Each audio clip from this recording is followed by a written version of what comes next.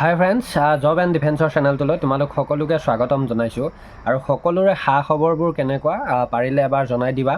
আৰু লগতে তোমালোকৰ যিহেতু SSC GDৰ যিটো 26ৰ ভেকেঞ্চি, এতিয়ালৈকে আমাৰ একো অফিচিয়েলভাৱে আপডেট অহা নাই। সকলোৱে নিশ্চয় চিন্তাত আছা বা সকলোৰে এটা অসুবিধা লাগি আছে যে এইবাৰৰ ভেকেঞ্চিটো বা এইবাৰৰ ৰিটেন এক্সামটো এতিয়ালৈকে আমাৰ কিয় অনুষ্ঠিত হোৱা নাই।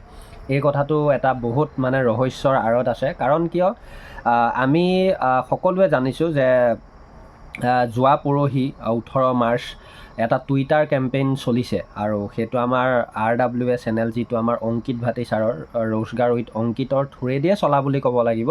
যদিও বা বহুতে সেইটো বিষয়ক লৈ মাত মাতিছে, কিন্তু এটা আমাৰ টুইটাৰ কেম্পেইন চলি গ'ল। এতিয়া কথাটো হ'ল, সেই টুইটাৰ কেম্পেইনটোত কোনোবাই কৰিছে কোনোবাই কৰা নাই, সেইটো ডাঙৰ কথা নহয়। কিন্তু এটা ট্ৰেণ্ডিং গৈছে বুলি আমি গম পাইছোঁ।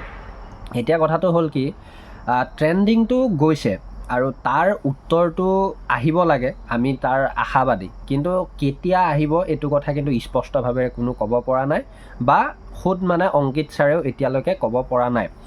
এতিয়া কথাটো হ'ল কি, চোৱা, এক্সামটোতো অনুষ্ঠিত নিশ্চয় চাগে হ'ব লাগিব। কিয় হ'ব লাগিব এই ভিডিঅ'টো তোমালোকে চোৱা, মই কেইটামান কথা ক'ম। এনেকুৱা নহয় যে কেঞ্চেল হ'ব বা হৈ গ'ল, এনেকুৱা এতিয়ালৈকে কোনো মন্তব্য হোৱা নাই, বা এতিয়ালৈকে সেই সময়টো সাৰি যোৱা নাই যে এক্সাম হ'বই লাগিছিল কিন্তু নহ'ল যেতিয়া এতিয়া আৰু নহয়।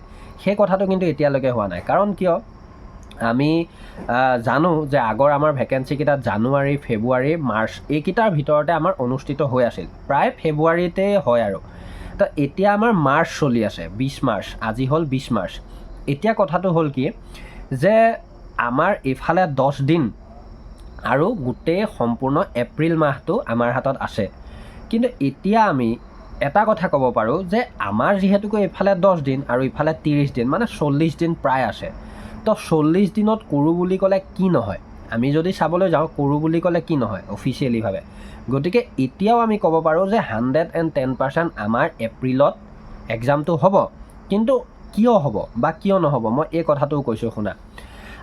আজি তোমালোকে নিশ্চয় এটা ভিডিঅ' প্ৰায় ভাইৰেলেই বুলিয়ে ক'ব লাগিব SSC GDৰ ক্ষেত্ৰত, যে আমাৰ 53টা 53টা নতুন বেটেলিয়ন আমাৰ বনাব। আমাৰ যিটো আমাৰ হোম এফেয়াৰ্ছৰ ফালৰ পৰা এইটো আপডেট বা এটা আমাৰ ভাৰত চৰকাৰৰ আণ্ডাৰত যে আমাৰ নতুনকৈ ধৰি লোৱা 53টা বেটেলিয়ন বনাব। আৰু তাৰ জৰিয়তে CRPF, BSF বা অন্য যিবিলাক আমাৰ পেৰামিলিটাৰী ফ'ৰ্চ আছে, সেই ফ'ৰ্চবিলাক আমাক যথেষ্ট পৰিমাণে লাগিব। প্ৰায় 55,000 বা হয়তো 60,000 কেণ্ডিডেটক লাগিব। গতিকে এতিয়া এই যে কথাটো আমাৰ বাবে প্লাছ পইণ্ট। মই এইটো কোৱা নাই যে এই ভেকেঞ্চিটোতে আমাৰ সেই বস্তুখিনি এড হ'ব বা সেই পোষ্টখিনি আমাৰ এই ভেকেঞ্চিটোতে এড হয় যে 60,000-70,000 হ'ব, মই সেইটো ক'বলৈ বিচৰা নাই। মই বিচাৰিছোঁ ক'ব কি যে আমাৰ বৰ্তমান এতিয়া যিহেতুকৈ 25,000 প্লাছ আমাৰ ভেকেঞ্চিটো অলৰেডি আছে। আমি আগৰ পৰাই জানো যে এইটোত প্লাছ হ'বলগীয়া হৈ আছে, কাৰণবিলাক মই আগতেই কৈছোঁ, বা হৈ যাব। এইটো আমাৰ এক্সামৰ আগে বা পিছে আমাৰ হৈ যাব এড। কিন্তু এই যে নতুনকৈ যিটো আমাৰ 55,000 বা 60,000 যে ধৰি লোৱা ভেকেঞ্চি আহিব বা লাগিব, হয়তো সেইটো 2027-28 বাবেও হ'ব পাৰে। যেনেকৈ এইটো 25-26ত আমাৰ এতিয়া বৰ্তমান পেণ্ডিঙত আছে, সেইদৰে 26-27 বাবেও আমাক লাগিব পাৰে। তো এতিয়া কথাটো হ'ল কি, চোৱা, মই যে ক'লোঁ যে এইটোৰ এক্সামটো 100% আমাৰ এপ্ৰিলত হ'ব পাৰে, কিয় কৈছোঁ জানা?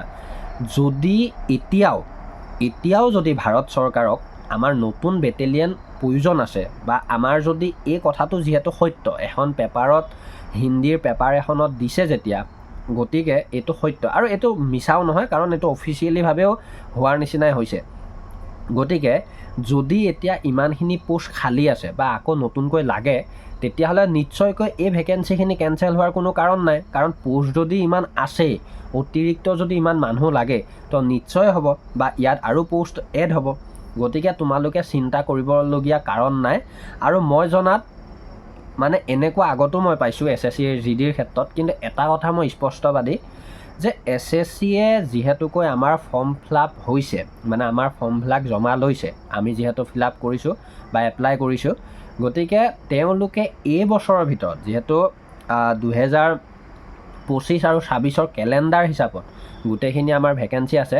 তো যেনেকৈ নহওক আমাৰ এই এক্সামটো অনুষ্ঠিত কৰাব আৰু যেনেকৈ নহওক আমাৰ ডিচেম্বৰলৈ নাইবা জানুৱাৰীলৈ আমাৰ এই কেণ্ডিডেটখিনিক তেওঁলোকে লৈ ল'ব, মানে ভেকেঞ্চিখিনি ফিল আপ কৰি ল'ব।